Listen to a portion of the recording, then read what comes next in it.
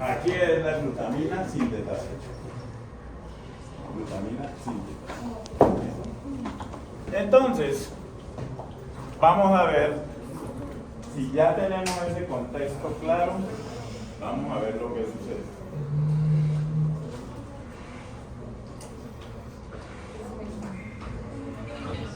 Tienen que acordarse de los aminoácidos, porque si no, se complica la cosa. Entonces, miren lo que sucede. Aquí tenemos lo que les acabé de explicar en el tablero, está resumido aquí en esta imagen. Todos los aminoácidos terminan donando su grupo amino ¿a quién? Al glutamato, y el glutamato termina liberando el grupo amino. ¿En dónde? En la matriz mitocondrial. Y ese grupo amino se convierte en amonio. ¿Sí? Ahora, ¿quiénes son fundamentales aquí para poder que esto suceda? Las transaminasas. Y hay dos transaminasas del hígado que son fundamentales, que son las que les digo. La aspartato transaminasa, que es la misma ASAT, o la OGOT, y la alanina transaminasa, que es la misma ALAT o GPT, ¿sí? Que son las que les dije ahora. ¿Cómo es una reacción de una transaminasa? Ya la hemos revisado varias veces, ¿sí? Entonces, una transaminasa que necesita un aminoácido, miren, grupo ácido, grupo amino, un cetoácido, grupo carboxilo, grupo ceto.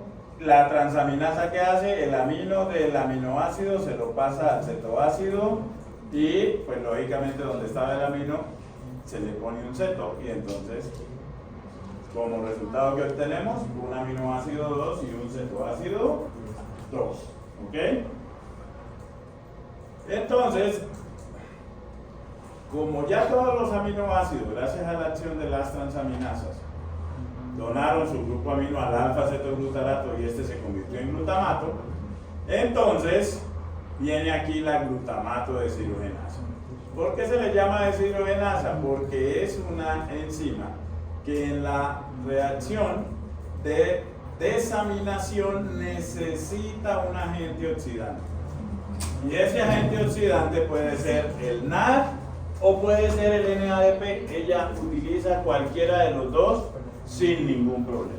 En la reacción de desaminación, bueno, este es el intermediario, ¿sí? Y al final, ¿qué vamos a obtener? La liberación del grupo amino y nos va a quedar el alfa-cetoglutarato. Pero como ustedes ven, la reacción tiene doble flechita, o sea que la reacción es completamente reversible. Entonces la enzima puede también agarrar al alfa-cetoglutarato, pegarle el amino y convertirlo en glutamato. O sea que esta enzima va a ser crucial también para biosíntesis de aminoácidos, porque es la que va a poder canalizar el grupo amino para pegárselo al alfa-cetoglutarato. ¿Sí? Cuando hace la reacción contraria de biosíntesis, obviamente necesita un agente reductor y puede utilizar o NADH o NADPH. Como les digo, es una enzima ampliamente distribuida en la naturaleza, la tienen las plantas, las bacterias, nosotros, los perros, todos. Bueno, los perros y nosotros metabólicamente somos la misma. Ok, entonces, en la mayoría de los vertebrados terrestres, ¿sí? El amonio tiene que ser convertido a urea.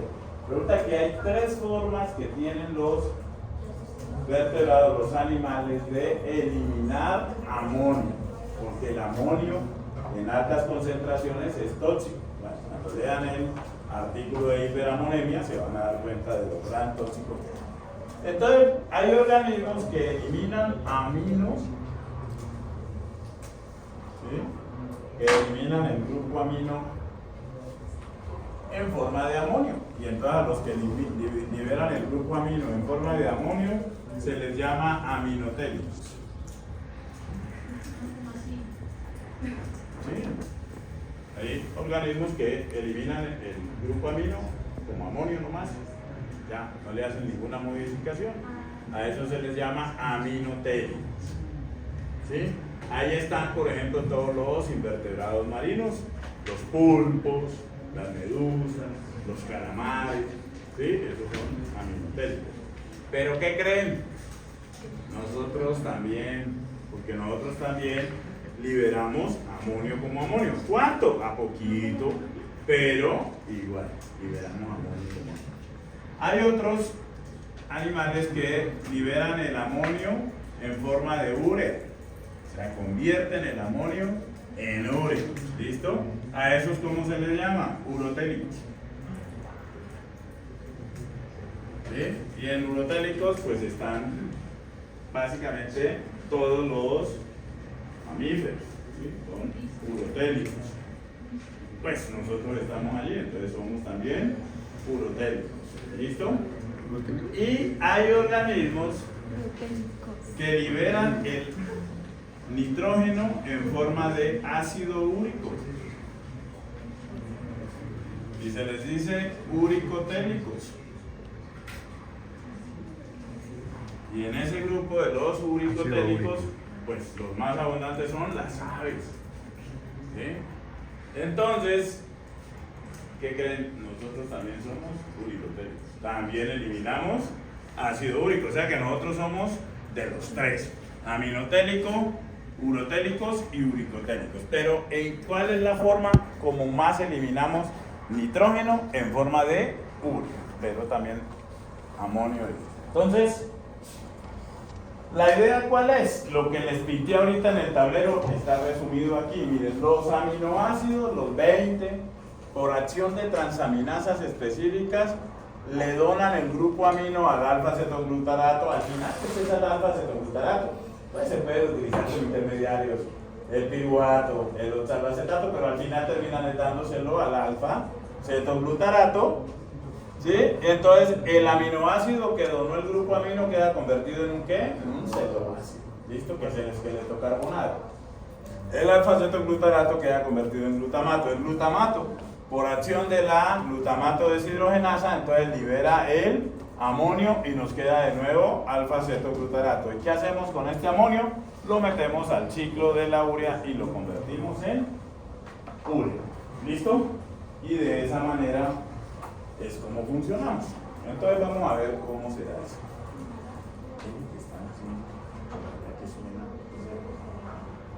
¿No escuchan ustedes un sonido raro? Sí. ¿Qué es eso? Como una máquina de mezclar, están haciendo una construcción. Pero se vuelve como... Bueno. Ese es el problema de que bueno, entonces fundamental en todo esto, las transaminasas. Fundamental las transaminasas, porque sin las transaminasas, pues ninguno de los aminoácidos tuviese transferirlo. Todas las transaminasas, para cada aminoácido hay al menos una transaminasa específica. Al menos una, hay más, pero para cada aminoácido de los 20 hay al menos una transaminasa específica. Todas las transaminasas utilizan como coenzima a esta señora que ya la conocemos, al fosfato de piridoxal. Esa es la coenzima de las transaminasas, ayuda muchísimo en la catálisis. Entonces, bueno, podemos tener los dos tautómeros, la versión hidroxilo y la versión ceto del piridoxal fosfato. Acuerden que la vitamina es el piridoxal y lo que hacemos nosotros para volver la coenzima es ponerle un fosfato. ¿Sí? Y entonces, sin entrar en detalles, aquí es donde cómo funciona la transaminasa. Ya dijimos que tenían un mecanismo ping-pong, eso ya lo habíamos analizado, ¿sí? Según las notaciones de Cleland. Entonces, mira el piridoxal fosfato, ¿dónde va? En el sitio activo de la enzima está el piridoxal fosfato unido a una lisina, el sitio activo. Y entonces al piridoxal es donde se va a unir el aminoácido, que es el primer sustrato. ¿Qué hace el piridoxal? Lo termina quitando el grupo amino, sale el grupo, el esqueleto carbonado, el cetoácido, y el piridoxal se queda con el amino. Entonces, entró el primer sustrato, que era el aminoácido, ya salió el primer producto, que era el cetoácido, ese es el PIM. Ahora el POM, ¿cuál es? Tiene que entrar el segundo sustrato. ¿Quién era el segundo sustrato? El cetoácido, ¿no? Entonces entra el cetoácido y nos vamos de reversa. Ocurren los mismos cambios hasta que el grupo amino que tenía el piridoxal se lo termina pasando al cetoácido y sale el segundo aminoácido. Así es como funcionan las transaminasas, por eso el mecanismo de PIM-POM. ¿Listo? Fundamentales para este proceso. Bueno, y el piridoxal, acuérdense que es especialista en transferir grupos de un átomo. Ok, resulta que hay aminoácidos que además de que pierden el amino por transaminación, hay algunos que pueden perder el amino por desaminación. Ya vimos el caso de la glutamina. Entonces, la glutamina, por medio de la glutamina desaminasa, pierde el amino. Queda como amonio ese amino, no se le pasa a otra molécula. Lo mismo pasa con la asparagina. También hay una asparagina desaminasa que también puede hacer lo mismo. Quitarle el amino a la asparagina nos da aspartato y amonio. Pero también existe una serina de aminasa. ¿Qué hace la serina de aminasa? Agarra a la serina, ¿sí?, la desamina y libera piruvato y ion amonio. Y hay una treonina de aminasa que también agarra a la treonina, le quita el grupo amino, lo libera como amonio y nos forma ácido alfa-cetobutirato, no es butirato, sino cetobutirato. ¿Ok? Entonces, esos 4 aminoácidos pueden liberar directamente grupos amino. ¿Listo? ¿Qué va a pasar? ¿Dónde van a actuar estos aminos? Pues van a estar entonces en la matriz mitocondrial. Y, bueno, el grueso que se libera ¿de quién? Del glutamato vía glutamato de hidrogenasa. Entonces, ¿dónde vamos a hacer la urea? El hígado. Y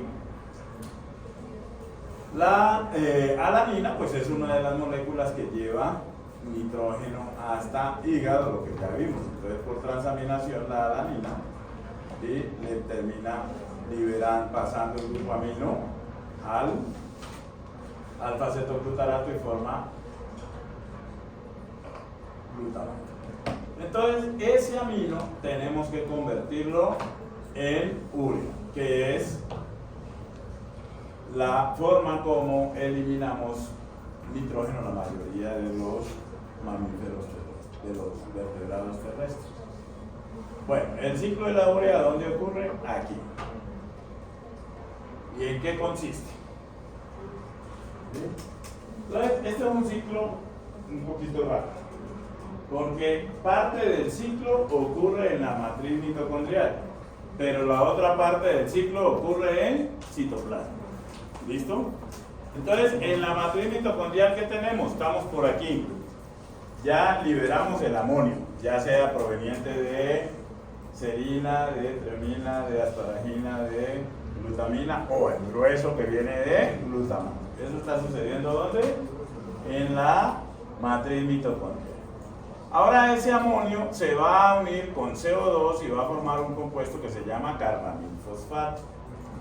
El carbamilfosfato entonces va a reaccionar con un aminoácido que viene desde el citoplasma, se llama ornitina.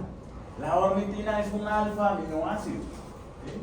Pero es de esos alfa-aminoácidos que no forman parte de las proteínas. Acuérdense que los alfa-aminoácidos son alrededor de 300 y la naturaleza solamente escogió 20 para las proteínas. La ornitina es un alfa-aminoácido que entra a la mitocondria. Todo lo que está en el recuadro blanco es matriz mitocondrial, y en la mitocondria se va a encontrar con el carbamilfosfato y va a formar citrulina.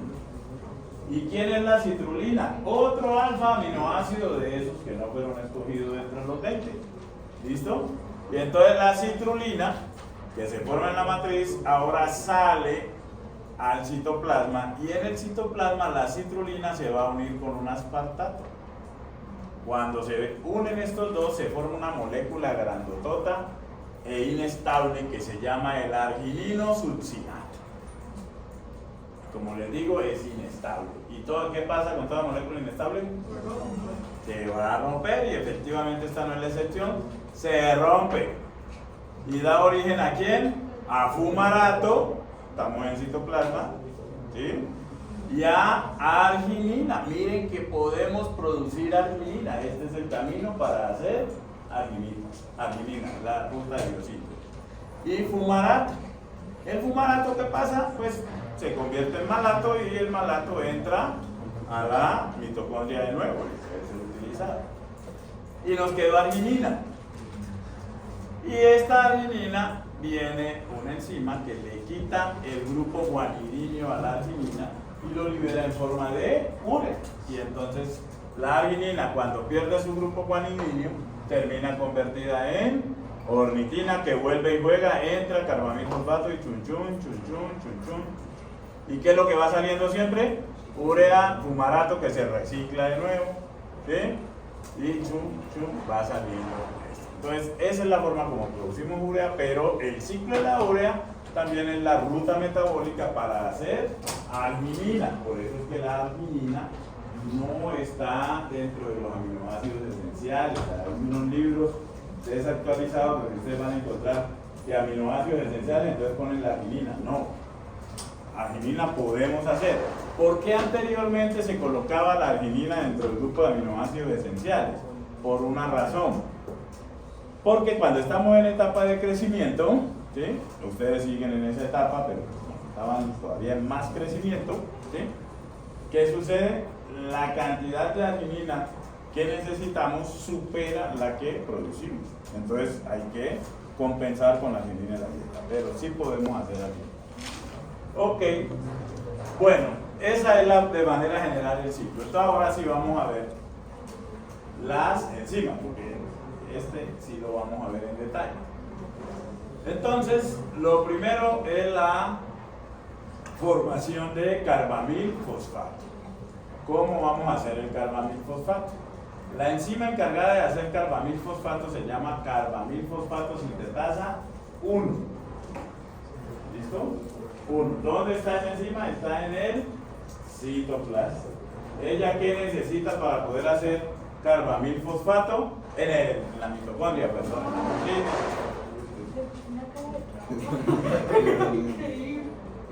En la matriz mitocondrial está la enzima. ¿Qué necesita para poder hacer carbamil fosfato? Necesita CO2, ¿sí? Y amonio. El amonio, pues ya sabemos, si estamos en matriz mitocondrial, ¿de dónde viene? De la desaminación de aminoácidos y del glutamato, ¿no?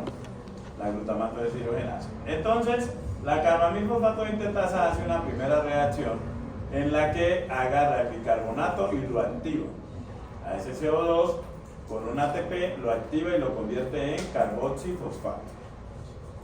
Luego a ese carboxifosfato, con la energía del enlace de aquí de fosfato, le pega entonces el amino y entonces lo vuelve ácido carbámico. Todo esto lo está haciendo la misma enzima. Y luego el ácido carbámico se le pega a otro fosfato de ATP, o sea que en esta reacción se gastan los ATPs y lo vuelve entonces el carbamil fosfato. Y esa es la primera reacción, digamos, oficial del ciclo de la urea. Ahora, ¿qué viene? Viene la formación de citrulina. Para eso se necesita ornitina. La ornitina viene de ¿dónde? De citoplasma. Tiene transportador, entra a la matriz mitocondrial y allá la recibe esta enzima, la ornitina transcarbamilasa. ¿Qué va a hacer la ornitina transcarbamilasa? Pues le va a transferir el carbamil fosfato a la ornitina. Entonces, esta es la ornitina, miren que es medio parecida a la lisina, un carbono más cortica. Y se une con el carbamil fosfato por acción de la ornitina transcarbamilasa y nos forma la citrulina.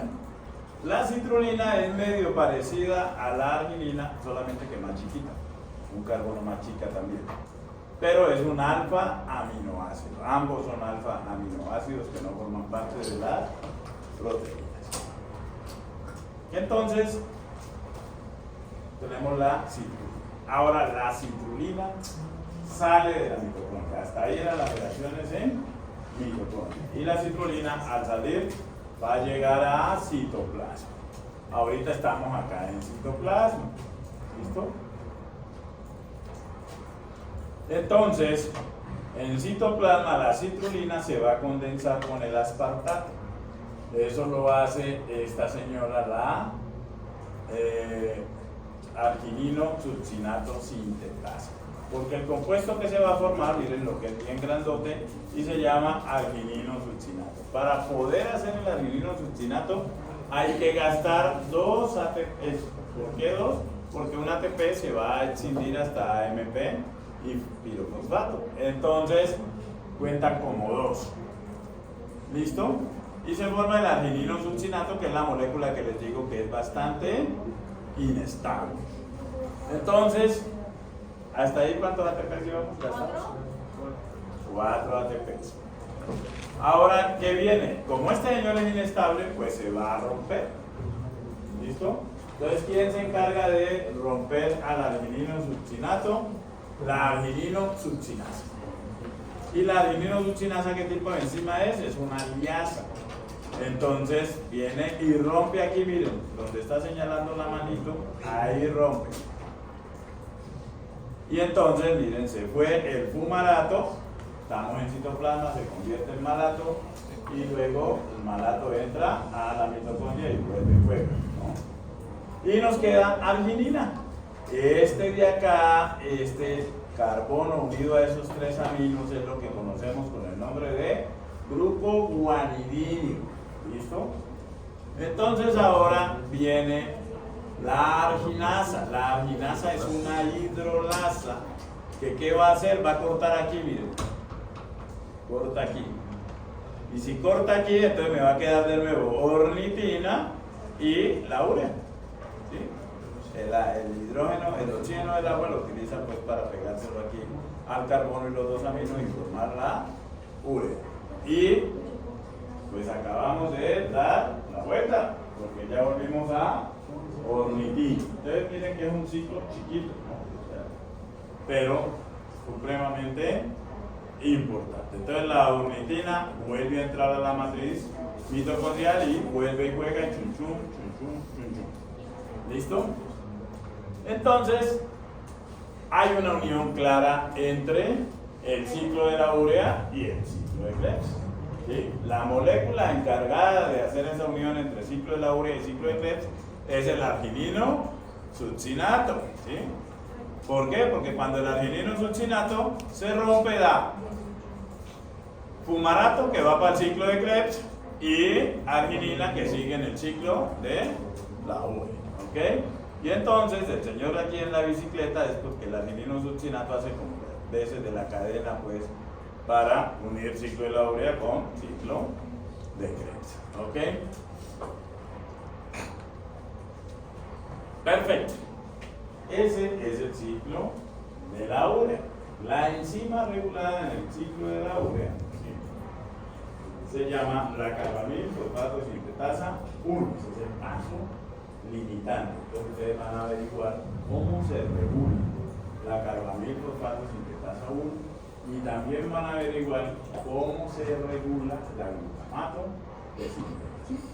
Porque ella no es la misma que habíamos visto que era por referencia. O sea, no es la misma. O sea, la de carbamil, fosfato, no es la misma que habíamos visto los primeros cortes que le regulaba la.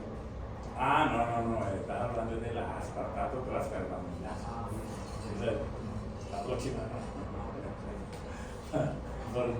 ¿Te suena por el carbamilo? No, pero no, tiene que ver el carbamilo, pero es otra ruta, es en la síntesis de. Perfecto. Entonces ya tenemos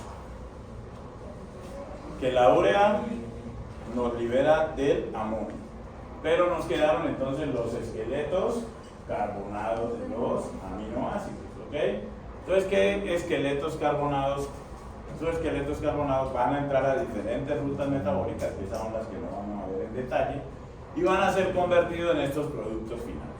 Algunos aminoácidos van a dar acetil-CoA y acetoacetil-CoA. O sea, a eso los vamos a llamar cetogénicos. ¿Por qué? Porque el acetil-CoA pues va a ser cuerpo cetónico y el acetoacetil-CoA pues es básicamente acetoacetato. Otros que llamamos glucogénicos son los que van a dar piruvato o intermediarios del ciclo de Krebs. ¿Cuáles intermediarios del ciclo de Krebs? Alfa-cetoglutarato, succinil-CoA, fumarato y oxalacetato. Entonces aquí tenemos los aminoácidos exclusivamente cetogénicos, o sea que no dan origen ni a piruvato, sus esqueletos carbonados, ni a intermediarios del ciclo de Krebs. Ya los habíamos mencionado hace rato, leucina y lisina, esos son netamente cetogénicos. ¿Listo? Ahorita vamos a ver por qué. Gluconeogénicos o glucogénicos, todos estos de ¿no? Serina, treonina, aspartico, glutámico, asparagina, glutamina, bueno, todos los que vienen en el listado. Y ambos, ¿qué quiere decir ambos? Que parte de su esqueleto carbonado da un intermediario del ciclo de Krebs o piruvato y parte de su esqueleto carbonado da acetoacetato o acetil-CoA.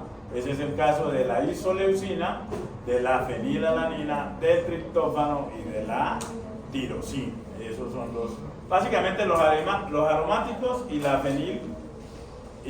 los aromáticos y la isoleucina son los que son mixtos. Bueno, traten de resolverlo luego. Es bien sencillo y tiene que ver con lo que estamos hablando. Ok. Sí, ahí les queda en la presentación. Es cuestión de que piensen un poquito. Bueno, entonces, esta es otra forma de ver lo mismo. ¿Cuáles son cetogénicos y cuáles dan origen a intermediarios del ciclo de Krebs y piruvato? Entonces, los que son exclusivamente, bueno, los cetogénicos no están aquí, pero así aquí están, leucina y lisina son los que van a dar origen a acetoacetil-CoA o acetil-CoA en el caso de la leucina. La lisina solamente da acetoacetil-CoA. Los que dan origen a piruvato, ¿quiénes son? Alanina, cisteína, glicina, serina, treonina y triptófano. ¿Listo? Pero quiero saber cuál da origen. Sí. No me refiero como si es glucogénico o cetogénico, sino me refiero que a cada uno de los da origen. Sí. ¿Alguna otra pregunta? No. ¿No? Ok. Sí, hay que saber cuál es el origen aquel. El oxalacetato pues es muy sencillo. ¿Quiénes pueden dar origen a oxalacetato? Solamente aspartato y asparagina. Son básicamente lo mismo. Al fumarato dan origen a aspartato, fenilalanina, tirosina. Al succinil-CoA, isoleucina, metionina, treonina y valina. Y al glutamato, los de la familia del glutamato son arginina, glutamato, al alfa-cetoglutarato, arginina, glutamato, glutamina, histidina y proteína.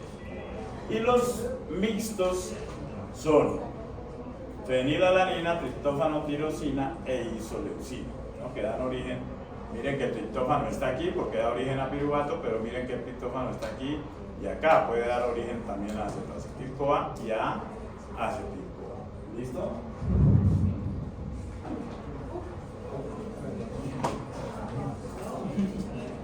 Bueno, entonces, ¿cómo hacen los que se convierten en piruvato? Aquí tenemos los de la familia del piruvato, triptófano. En la ruta de degradación del triptófano, que es la ruta de degradación más larga, ¿sí? Son en total casi 18 reacciones, al final termina dando alanina. Y la alanina, pues ya sabemos que en un solo paso se puede convertir en piruvato.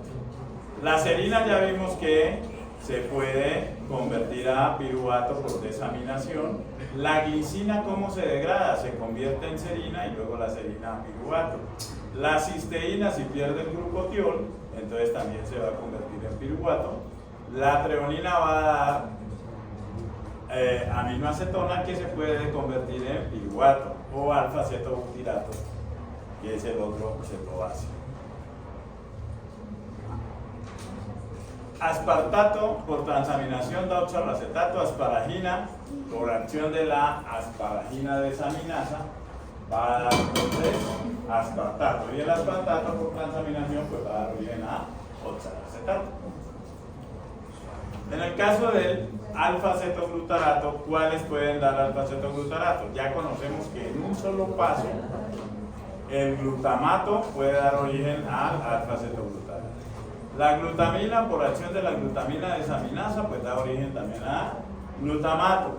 La prolina, arginina y histidina sí necesitan 3-4 reacciones para poder dar origen a glutamato, y el glutamato da origen a alfa-cetoglutarato. Esta es la forma como la histidina se termina convirtiendo en glutamato. Entonces, ¿cuántas reacciones necesitan? 1, 2, 3, 4 reacciones para que la histidina termine convertida en glutamato. Todas esas reacciones obviamente están catalizadas por enzimas, ¿no es cierto? Pero les dije pues que nos detendremos en una que otra importante. Aquí está como la prolina en 1, 2, 3 reacciones da glutamato, y como la arginina en 1, 2, 3 reacciones también da glutamato. Entonces miren que ahí ya nomás llevamos 4 y 6, son 10 y 2, 12 reacciones para que los que dan origen a alfa-cetoglutarato terminen convirtiéndose en alfa-cetoglutarato. Bueno, los ramificados, que son metionina, valina, leucina e isoleucina. La metionina, la valina y la isoleucina dan origen a propionil-CoA. ¿Se acuerdan del propionil-CoA? ¿Sí? ¿Dónde hablamos del propionil-CoA?